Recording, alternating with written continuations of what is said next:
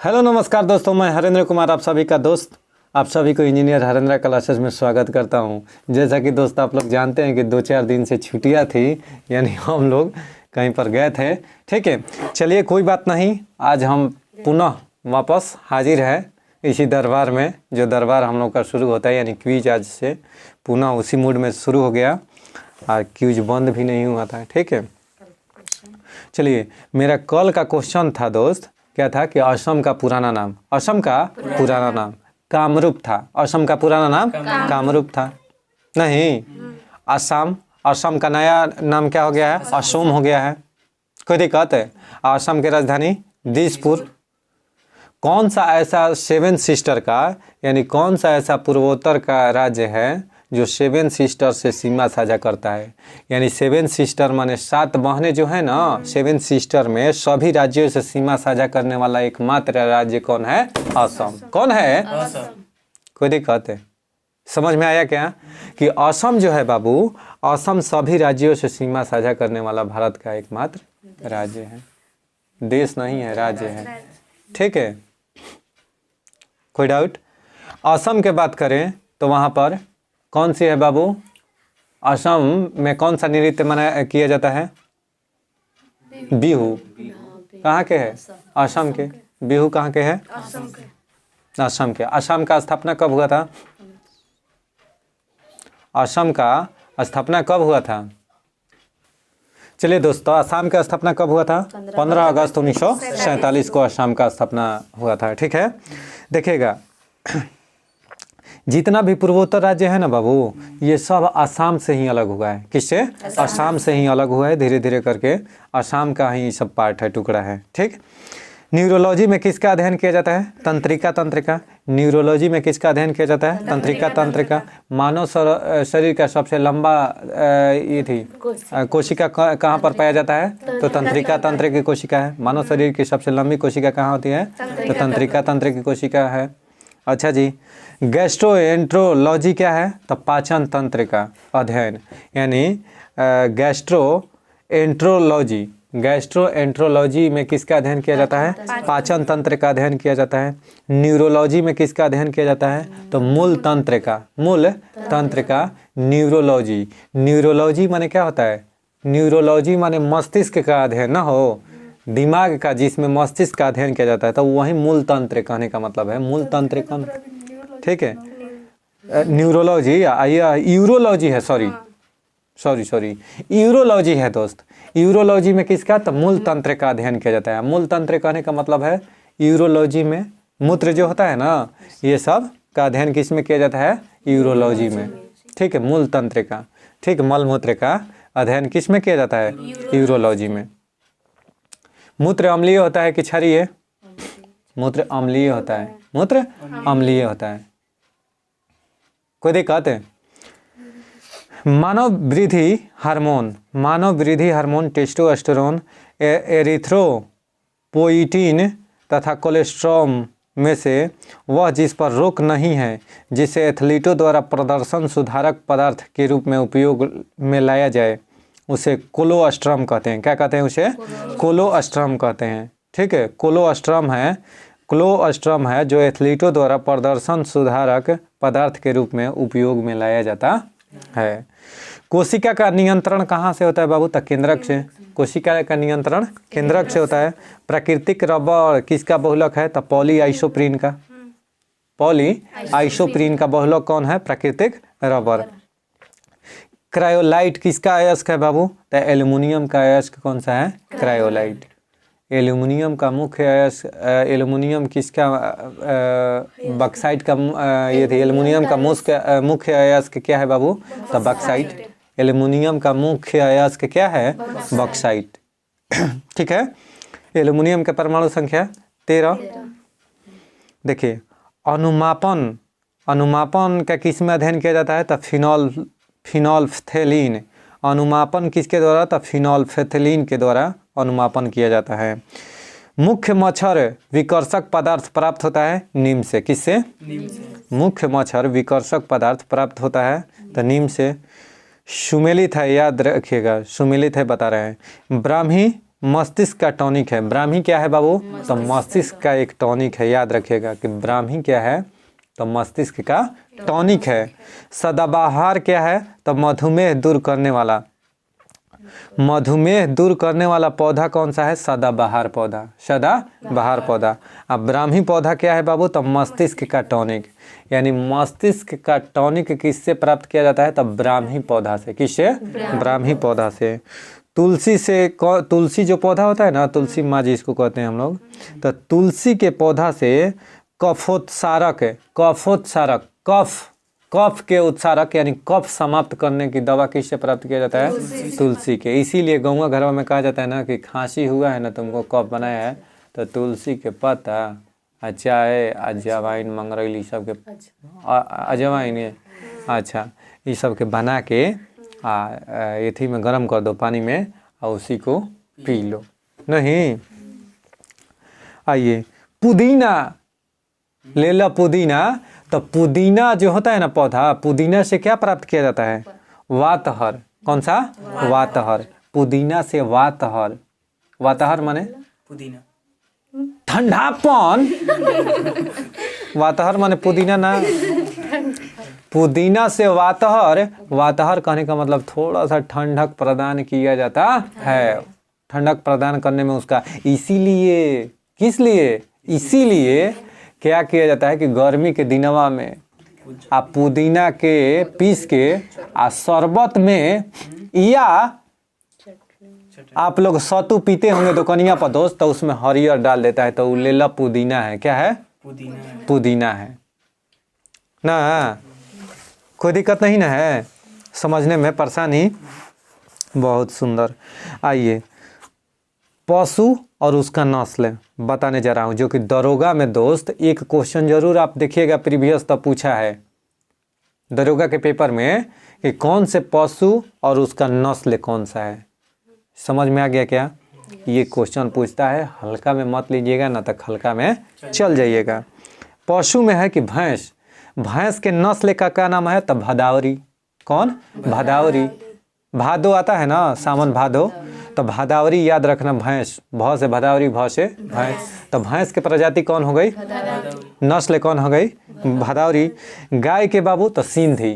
गाय के प्रजाति कौन है? सिंधी, या नस्ल सिंधी है। बकरी का नस्ल जमुना पारी। जमुना बकरी के नस्ल का क्या नाम है? जमुना पारी। गाय के नस्ल का नाम थार पारकर। थार पारकर, थार पारकर। कहने का मतलब है कि भारत का, अगर पूछ देगा कि एशिया का सबसे बड़ा मरुस्थल कौन है? थार मरुस्थल। तो थार पार कर, नहीं आदमी कहता है थार पार कर। यह किसका नस्ल है? तो गाय के। सिंधी किसका नस्ल है? गाय के। भदावरी किसका नस्ल है? भैंस का। जमुना परी किसका है? बकरी के। सबसे अधिक रक्त का तापमान किसका होता है? बकरी का। कितना होता है? 47 डिग्री सेल्सियस। 47 डिग्री बकरी के खून के, ब्लड के टेम्परेचर। इसीलिए खांसी के मीट खाइएगा तो गर्मी ज़्यादा एज कम्पेयर टू मुर्गा। समझ में आ रहा है? कहने का मतलब है कि मुर्गा से ज़्यादा अगर खांसी के मीट खाइएगा ना, तो उसमें ज़्यादा गर्मी होता है जी। आइए, कड़कनाथ एक किस्म है तो मुर्गे की। कड़कनाथ किसका किस्म है बाबू? मुर्गा के। किसका? कड़कनाथ मुर्गा, मध्य प्रदेश। याद आ रहा है कुछ? जीआई टैग मिला था कड़कनाथ मुर्गा के। यह मुर्गा का ही प्रजाति है कड़कनाथ। दीमक को यह भी कहते हैं श्वेत चींटी। जो दीमक होता है ना, नहीं लकड़िया सब में दीमक लग जाता है, जमुना के कहीं ना, जब भोजपुरिया में दोस्त देवका लग गई बा लकड़िया में, तो कहने का मतलब है कि दीमक, कहने का मतलब कि जो लकड़ी में नहीं भुरभुरा सा होता है, लकड़िया के अंदर में ढूक के ओकरा के काटत काटत भुर करके एकदम खोखड़ कर देगा। नहीं, तो दीमक को यह भी कहते हैं, क्या कहते हैं? तो श्वेत चींटी। श्वेत चींटी। चींटी कॉलोनियों में निवास करती हैं। श्रम विभाजन के उदाहरण कौन है? तो चींटी। श्रम विभाजन किसके द्वारा बताया जाता है? श्रम विभाजन के अर्थ कौन बता सकता है? काम को मिल बांट के करना सब। हाँ, बहुत सुंदर बताए हैं। याद करो वो दिन जब हम तुमको पढ़ाते थे। ठीक है, ध्यान से सुनना। श्रम विभाजन का सबसे अच्छा उदाहरण चींटी प्रस्तुत करती हैं। वो कैसे सर? तो आप लोग देखे होंगे कि कोई भी पकड़ेगा ना, कोई भी चींटी कोई चीज उठाती है तो उसको डुगराते डुगराते सब मिलकर आ ले जाएगी अपने मनान तक। या वो अपना घर बना रही है तो उसको धीरे धीरे टांग कर ले जाता है। या और नहीं तो लैट्रिन करते हुए देखे हैं ना, वो भी ले जाता है, डुगरा डुगरा कर ले जाएगा खेत में। सबसे सुपर उदाहरण खेतवा में मैदानवा करके नहीं पिलुआ लग जाता है तो वो डुगराते डुगराते कहाँ ले जाता है। ठीक है, कोई दिक्कत है? तो वो क्या है बाबू, तो वह भी श्रम विभाजन का उदाहरण। उसमें क्या लगेगा, गोल कर देगा हाथ चक्के चक्कर जैसा, डुगराते 3-4 को लग जाएगा और डुगराते डुगराते ले जाएगा। कोई दिक्कत है? आइए। ठीक है, तो इसलिए दोस्त टॉयलेट का उपयोग करें, बाहर ना करें। भ्रूणीय वृद्धि को मापने वाली हाल में विकसित तकनीक कौन सी है बाबू?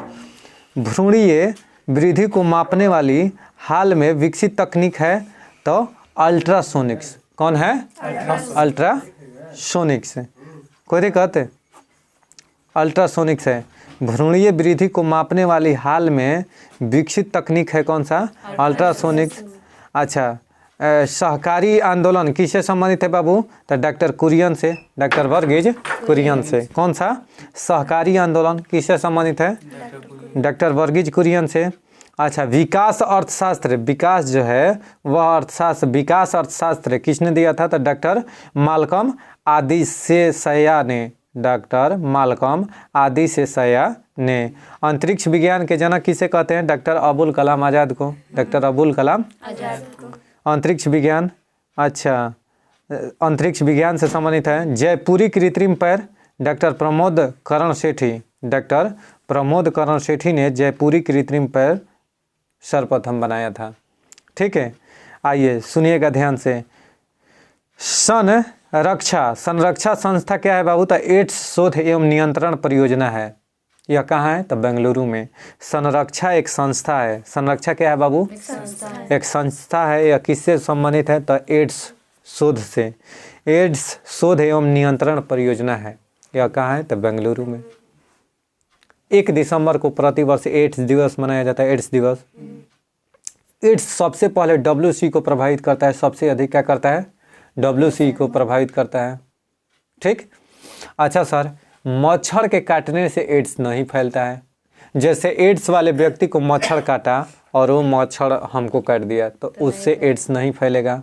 एड्स वाले व्यक्ति के साथ खाना खाने से नहीं फैल सकता है। एड्स वाले व्यक्ति के साथ हाथ मिलाने से नहीं फैल सकता है। समझ में आ रहा है ना? कोई दिक्कत? जब से शारीरिक अटैचमेंट में नहीं आइएगा तब से वो कुछ भी चीज़ नहीं हो सकता है। ठीक है, आइए। नाको एक ऐसी संस्था है जिसका संबंध है एड्स से। हिंदी में लिखा है नेको और इंग्लिश में NACO। नाको नहीं, लड़का कहता है एक मुंह का मार के नाको।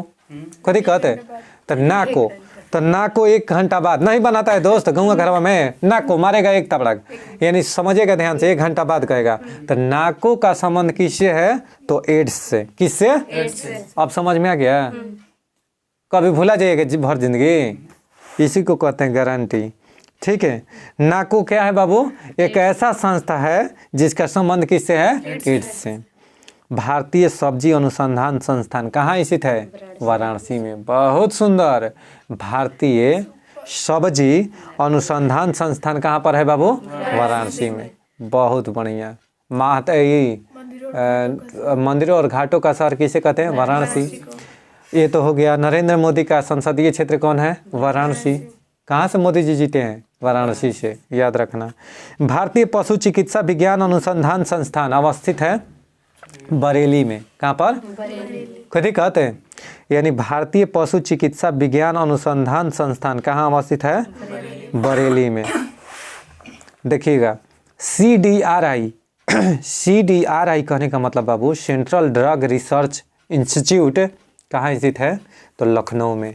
CDRI central drug research institute कहाँ स्थित है? लखनऊ में। भारतीय सर्वेक्षण विभाग अधीनस्थ कहाँ स्थित है? विज्ञान और प्रौद्योगिकी मंत्रालय के पास, विज्ञान और प्रौद्योगिकी मंत्रालय के, ठीक है, अधीन है। भारतीय सर्वेक्षण जो विभाग है इसका यह किसके अधीन है? तो विज्ञान और प्रौद्योगिकी मंत्रालय के अधीन। प्रतिवर्ष प्रौद्योगिकी दिवस कब मनाया जाता है? 11 मई को। कब मनाया जाता है? 11 मई को। 12 मई को क्या मनाया जाता है? नर्स दिवस। प्रतिवर्ष 12 मई को नर्स दिवस के रूप में मनाया जाता है। आइए, भारतीय सर्वेक्षण विभाग का मुख्यालय कहाँ स्थित है? देहरादून में। भारतीय सर्वेक्षण विभाग का मुख्यालय कहाँ है? देहरादून में। सेंट्रल इलेक्ट्रोकेमिकल रिसर्च इंस्टीट्यूट कहाँ स्थित है बाबू? कराईकुडी तमिलनाडु में। कराईकुडी तमिलनाडु में central electrochemical research institute Karaikudi Tamil Nadu में स्थित है। Centre for cellular and molecular biology कहाँ स्थित है? हैदराबाद में। कहाँ पर? हैदराबाद में। सेंट्रल साल्ट रिसर्च इंस्टीट्यूट कहाँ स्थित है? भावनगर। अब भावनगर कहाँ है? गुजरात में। तो सेंट्रल साल्ट बने नमक का, सबसे अधिक नमक का उत्पादन भारत में करने वाला राज्य कौन है? गुजरात। दांडी मार्च, नमक बनाकर नमक कानून का उल्लंघन करना, दांडी मार्च का यही उद्देश्य था। नमक बनाकर नमक कानून का ना 241 मील 385 किलोमीटर। महात्मा गांधी 79 अनुयायी। समझ रहे हैं ना दोस्त? सब कह दिए, समझने वाला समझ गया। 12 मार्च के शुरू हुआ, 6 अप्रैल के खत्म, यानी 12 मार्च 1930 को दांडी यात्रा शुरू और 6 अप्रैल 1930 को खत्म। वहीं पर महात्मा गांधी दांडी नामक जगह पर गुजरात में नमक बनाए और नमक खाकर नमक कानून का उल्लंघन किए, यानी नमक बनाकर नमक कानून का उल्लंघन किए। बहुत बढ़िया। आइए तो दोस्त, कर रहा है कि सेंट्रल इलेक्ट्रोकेमिकल रिसर्च इंस्टीट्यूट, ये तो बता दिए। Central salt research institute Bhavnagar में है। High security animal disease laboratory Bharat में है। कहाँ पर? तो भोपाल में। High security animal disease laboratory कहाँ स्थित है? भोपाल में। भोपाल मध्य प्रदेश की राजधानी कहाँ है? भोपाल में मिथाइल आइसोसाइनाइट गैस का स्राव हुआ था 3 से 4 दिसंबर 1984 को। कब? 1984 को। कोई डाउट? उस समय भारत के प्रधानमंत्री कौन थी दिसंबर में? उस समय राजीव गांधी। कौन थे? क्योंकि 31 अक्टूबर 1984 को इंदिरा गांधी की मृत्यु हो गई। इनके मृत्यु के बाद राजीव गांधी क्या बन गए थे? यूनियन कार्बाइड फैक्ट्री से यह गैस का रिसाव हो रहा था, मिथाइल आइसोसाइनाइट गैस का रिसाव हो रहा था। कोई दिक्कत है? तो आपको मैं दे रहा हूं दोस्त, कल के होमवर्क में क्वेश्चन सुनिएगा कि जिस समय मिथाइल आइसोसाइनाइट गैस का स्राव हुआ था 3 से 4 दिसंबर 1984 को, अब बताइए कि उस कंपनी का, यानी यूनियन कार्बाइड जो कंपनी था ना, उस कंपनी का सचिव का नाम बताइए। आप सचिव का नाम कमेंट बॉक्स में टाइप कीजिए, क्योंकि ये भी सवाल पूछ चुका है पेपर में, इसलिए आपसे सचिव के नाम पूछा हूँ। ठीक है, अगर इसका आंसर आ रहा है तो कृपया करके कमेंट बॉक्स में रिप्लाई करें, अन्यथा मैं अगले दिन ज़रूर आपको इसका आंसर बताऊंगा मेरे दोस्त। चलिए देखिएगा, मानसिक रूप से विकलांग हेतु राष्ट्रीय संस्थान यानी national institute for the empowerment of persons with intellectual disabilities कहाँ स्थित है बाबू? तो सिकंदराबाद जिला हैदराबाद। हैदराबाद और सिकंदराबाद को जुड़वा नगर के नाम से जानते हैं। जुड़वा नगर हैदराबाद, सिकंदराबाद। ये पर बलिया, वह पर छपरा, बस मूसी नदी के अंतर है ना। बीचवा में तो गंगा माई है, लेकिन वहाँ पर ये पर सिकंदरा, वो पर हैदराबाद। यानी हैदराबाद और सिकंदराबाद दोनों पासे में है एकदम। खुद ही कहते अंतर्राष्ट्रीय आलू केंद्र अंतर्राष्ट्रीय आलू केंद्र का मुख्यालय कहाँ है? लीमा, पेरू में। लीमा। ऐसे पूछेगा कि आलू अनुसंधान केंद्र कहाँ है? तो शिमला, हिमाचल प्रदेश जाने को। कहाँ जाने को रे? हिमाचल प्रदेश। शिमला जाने को। वहाँ पर क्या मिलेगा? आलू। आलू अनुसंधान केंद्र। आलू अनुसंधान केंद्र ना। आलू के प्रजाति का नाम आप टाइप करके बताइए कि आलू के प्रजाति कौन है, मुख्य प्रजाति। आप जल्दी से टाइप कीजिए, ठीक है। कमेंट में आपका मैं इंतज़ार कर रहा हूँ। अंतर्राष्ट्रीय आलू केंद्र का मुख्यालय स्थित है तो लीमा, पेरू। लीमा, पेरू में अंतर्राष्ट्रीय आलू केंद्र CIP यहाँ नहीं, अंतर्राष्ट्रीय माने वहाँ पूरा विश्व में। तो पेरू के राजधानी लीमा। पेरू और बोलीविया के सीमा पर कौन स्थित है? टीटीकाका झील। टीटीकाका झील। टीटीकाका कह के भाग जा तो टीटीकाका झील पेरू और बोलीविया के सीमा पर। बोलीविया के राजधानी लापाज, जो कि विश्व के सबसे ऊंची राजधानी है। सबसे ऊंचा झील टिटिकाका। आज सबसे ऊंचा झील कौन है? कोई दिक्कत है नहीं ना? चलो, राष्ट्रीय विषाणु विज्ञान संस्थान। राष्ट्रीय विषाणु विज्ञान संस्थान स्थित है कहाँ पर? पुणे में। कहाँ पर? पुणे में। यानी राष्ट्रीय विषाणु विज्ञान संस्थान कहेगा कहाँ स्थित है? पुणे, महाराष्ट्र में। वायरोलॉजी में विषाणुओं का अध्ययन किया जाता है। विषाणु एक कोशिकीय होता है। विषाणु एक संक्रामक बीमारी होता है। विषाणु से क्या होता है? एक संक्रामक बीमारी होता है। नहीं, छोटी माता, चेचक विषाणु जनित रोग है। सर्दी, जुकाम, बुखार कैसा है? खांसी, ये सब जुकाम बुखार वायरस है। इसलिए जिसका हुआ है उसके टच में नहीं आना चाहिए ना। इन्हें के बुखार लागल बा ओकरे साथे सूत रह तो तोहरो पता चल कि डॉक्टर दूगो खोप के गइल बा, तोहरो के खोप दे दूगो सुई, ठीक है। तो ये सबसे अलर्ट। या जब भी बुखार वाले व्यक्ति को घारा मारे, मालिश करे तो हाथ में ग्लव्स, दस्ताने का उपयोग करें, या सादा कपड़ा हो ना घरवा तो कपड़ा लेके उपयोग करें। समझ में आ रहा है ना? आइए, केंद्रीय उपोष्ण उद्यान अनुसंधान संस्थान कहाँ स्थित है? लखनऊ में। केंद्रीय उपोष्ण उद्यान अनुसंधान संस्थान कहाँ स्थित है? लखनऊ में। भारतीय गन्ना अनुसंधान संस्थान कहाँ स्थित है? लखनऊ में। भारतीय दलहन अनुसंधान संस्थान कहाँ स्थित है? कानपुर में। सेंट्रल लेप्रोसी इंस्टीट्यूट कहाँ स्थित है? आगरा में। सेंट्रल लेप्रोसी इंस्टीट्यूट कहाँ स्थित है? आगरा में। मोतीलाल नेहरू राष्ट्रीय प्रौद्योगिकी संस्थान कहाँ है? प्रयागराज में। कहाँ पर? प्रयागराज में। नेशनल शुगर इंस्टीट्यूट कानपुर में। राष्ट्रीय चीनी अनुसंधान केंद्र कहाँ स्थित है? कानपुर में। केंद्रीय औषधि एवं सुरभि पादप संस्थान कहाँ स्थित है? लखनऊ में। DNA फिंगरप्रिंटिंग और डायग्नोस्टिक्स केंद्र कहाँ स्थित है? हैदराबाद में। सूक्ष्मजीवी प्रौद्योगिकी संस्थान कहाँ स्थित है? चंडीगढ़ में। राष्ट्रीय प्रतिरक्षा विज्ञान संस्थान कहाँ स्थित है? नई दिल्ली में। राष्ट्रीय प्रतिरक्षा विज्ञान संस्थान कहाँ स्थित है? नई दिल्ली में। DNA अंगुली छापन और नैदानिक शोध केंद्र कहाँ स्थित है? हैदराबाद में। उत्तर प्रदेश में कृत्रिम अंग निर्माण निगम स्थित है? कानपुर में। कहाँ पर स्थित है? कानपुर में। बहुत बहुत शुक्रिया दोस्त, आगे बढ़ते हैं।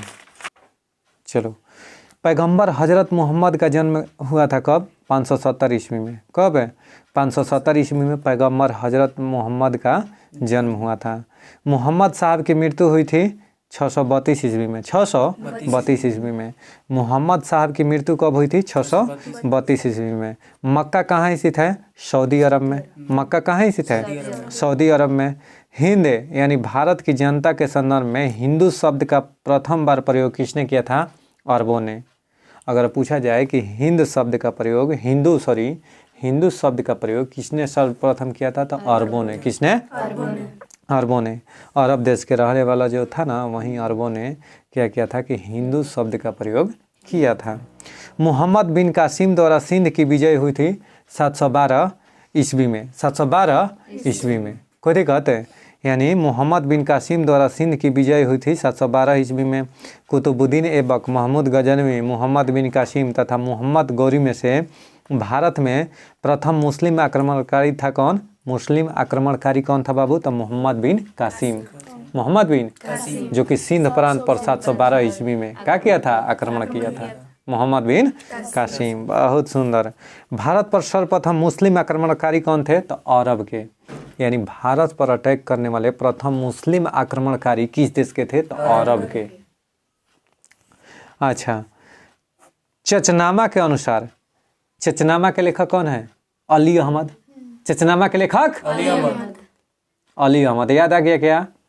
चचनामा के अनुसार 6वीं और 7वीं शताब्दी में सिंधु देश की राजधानी कहाँ थी? अरोड़। अरोड़। यानी चचनामा के अनुसार बाबू 6ठी और 7वीं शताब्दी में सिंधु देश की राजधानी कहाँ थी? अरोड़ थी। गजनी राजवंश का संस्थापक कौन था? अल्पतगीन। अल्पतगीन कौन था? गजनी राजवंश के संस्थापक कौन था बाबू? अल्पतगीन था, याद रखना। वह चंदेल शासक जो महमूद गजनवी से पराजित नहीं हुआ था, वह कौन था? तो विद्याधर। कौन था? यानी विद्याधर ऐसा चंदेल शासक था जो महमूद गजनवी से पराजित नहीं हुआ था। महमूद गजनवी ने भारत पर कितनी बार आक्रमण किया था बाबू? 17 बार। कितनी बार? 17 बार। सबसे चर्चित आक्रमण सोमनाथ मंदिर पर आक्रमण 17 बार। ठीक है। सबसे अगर कहेगा कि महमूद गजनवी का सबसे चर्चित आक्रमण सोमनाथ मंदिर का आक्रमण कब? 1025 ईस्वी में। 1025 ईस्वी में। सोमनाथ मंदिर किस भगवान को समर्पित है? भगवान शिव को। किसको? भगवान शिव को। सोमनाथ के मंदिर कहाँ स्थित है? सौराष्ट्र गुजरात में। सोमनाथ मंदिर पर जब अटैक किया था, भीम प्रथम। हाँ, यानी भीमदेव प्रथम थे। जब सोमनाथ मंदिर पर महमूद गजनवी आक्रमण किया था, उस समय शासक कौन थे बाबू वहाँ के? तब भीमदेव प्रथम। भीमदेव प्रथम ना, कोनो दिक्कत? याद रखना ही क्वेश्चन। महमूद गजनवी ने भारत पर कितनी बार आक्रमण किया था? 17 बार। महमूद गजनवी का दरबारी इतिहासकार कौन था? उत्बी। कौन था? महमूद गजनवी ने भारत पर 17 बार आक्रमण किया था। अब महमूद गजनवी का दरबारी इतिहासकार कौन था? उत्बी था। ये क्वेश्चन दरोगा में पूछ चुका है। शाहनामा के लेखक कौन है? शाहनामा के लेखक फिरदौसी। तो फिरदौसी का संबंध किससे था बाबू? तो महमूद गजनवी के दरबार से। महमूद गजनवी के दरबार से। महमूद गजनवी के साथ भारत आने वाला प्रसिद्ध इतिहासकार एवं मुस्लिम विद्वान कौन था? अलबरूनी। कौन था? अलबरूनी। ठीक है। पुराणों के अध्ययन करने वाला प्रथम मुसलमान कौन था? अलबरूनी। पुराणों का अध्ययन करने वाला प्रथम मुसलमान कौन था? अलबरूनी। अलबरूनी के विषय में सत्य कथन क्या है? तो उसका ग्रंथ उस समय के जीवन भारत से प्रभावित था जब वह संस्कृत का विद्वान था। वह त्रिकोणमिति का विशेषज्ञ था। कहने का मतलब है बाबू, अलबरूनी के विषय में सत्य कथन क्या है? तो अलबरूनी ने तहकीक हिंद की रचना किसने किया था? ना, यह किसके दरबारी कवि था? राइटर था, लेखक? तो महमूद गजनवी के। क्वेश्चन सुन, महमूद गजनवी के साथ भारत में आने वाला लेखक कौन था? अलबरूनी, जो कि तहकीक हिंद की रचना किया था। अच्छा सर, तो वह क्या था? तो उसका ग्रंथ उस समय के जीवन भारत से प्रभावित था, जीवंत भारत से प्रभावित था। वह संस्कृत का विद्वान था। वह त्रिकोणमिति का भी विशेषज्ञ ज्ञाता था। महमूद गजनवी के हमले के बाद सोमनाथ मंदिर का पुनर्निर्माण करवाया था तो भीमदेव प्रथम। किसने करवाया था? हमें जब लूट लिया तो जब हम लूटाए तो हम ही खुद से न रिकवर होगा। समझ में आ रहा है ना? तो भीमदेव प्रथम के शासनकाल में सोमनाथ मंदिर के जब अगर अटैक हो गया ना, आक्रमण करके ध्वस्त कर दिया, तब उसको पुनः निर्माण करवाए थे भीमदेव प्रथम। बहुत बढ़िया। एक तरफ संस्कृत मुद्रालेख के साथ चांदी के सिक्के निर्गत किए गए थे तो महमूद गजनवी ने। एक तरफ संस्कृत मुद्रालेख के साथ, संस्कृत मुद्रालेख मतलब समझ रहे हैं, जैसे मुद्रा पर ही संस्कृत में लेख अंकित कराना। एक तरफ संस्कृत मुद्रालेख है, ठीक है, संस्कृत मुद्रा लेख के साथ चांदी के सिक्के निर्गत किए थे। किसने? महमूद गजनवी ने। किसने? महमूद गजनवी ने। मध्य एशिया का शासक जिसने 1192 ईस्वी में उत्तर भारत को जीता वह कौन था? शिहाबुद्दीन मोहम्मद गौरी। कौन था? शिहाबुद्दीन मोहम्मद गौरी था। मध्य एशिया का वह शासक जिसने 1192 ईस्वी में उत्तर भारत को जीता था वह शिहाबुद्दीन मोहम्मद गौरी था।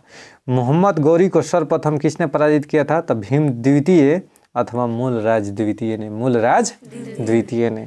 मोहम्मद गौरी ने जयचंद को कब पराजित किया था? तो चंदावर के युद्ध 1194 में।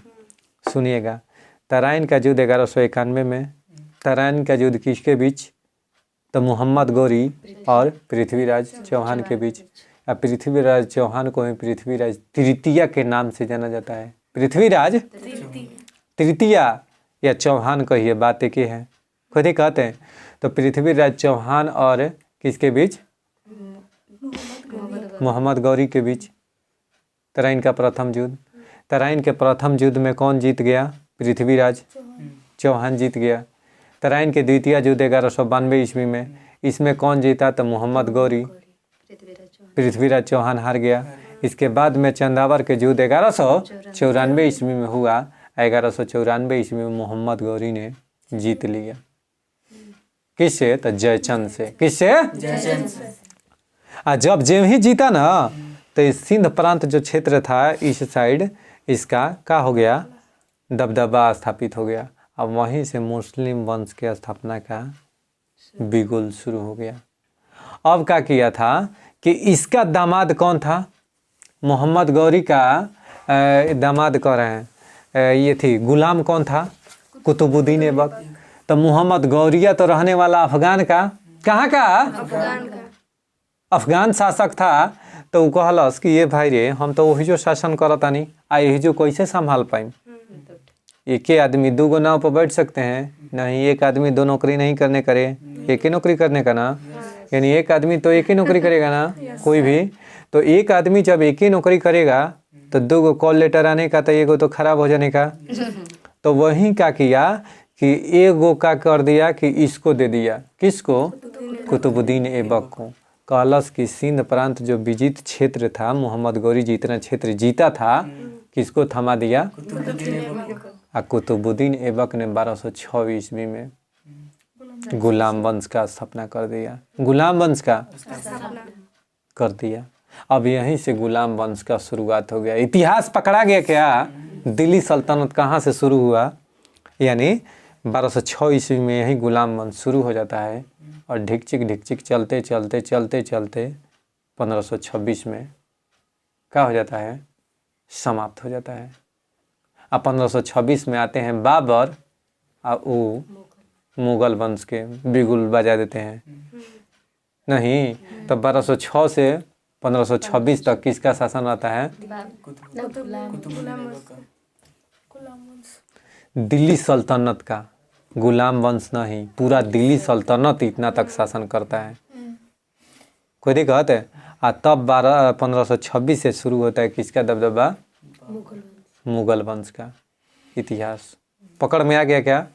तो चलिए दोस्त, यहीं पर क्यूज को समाप्त करते हैं। मिलते हैं नेक्स्ट डे। ऐसे ही क्यूज को देखते रहिए, प्यार दुलार बरसाते रहिए और एक कमेंट बॉक्स में बहुत बढ़िया से क्वेश्चन का रिप्लाई करें। क्वेश्चन पूछ चुके हैं, क्वेश्चन जो आपसे पूछे हैं उसका ज़रूर रिप्लाई दीजिएगा। हम आपका क्वेश्चन का इंतज़ार करेंगे। अगर क्वेश्चन नहीं जानते हैं तो उसका बीच में वीडियो देख लीजिए, क्वेश्चन पूछ दिए हैं दोस्त, ठीक है। और लाइक बटन ज़रूर दबा कर यार, वीडियो को स्किप ना करें। आप वीडियो को लाइक करें और शेयर सब्सक्राइब जरूर करें दोस्त। बहुत बहुत धन्यवाद, थैंक यू।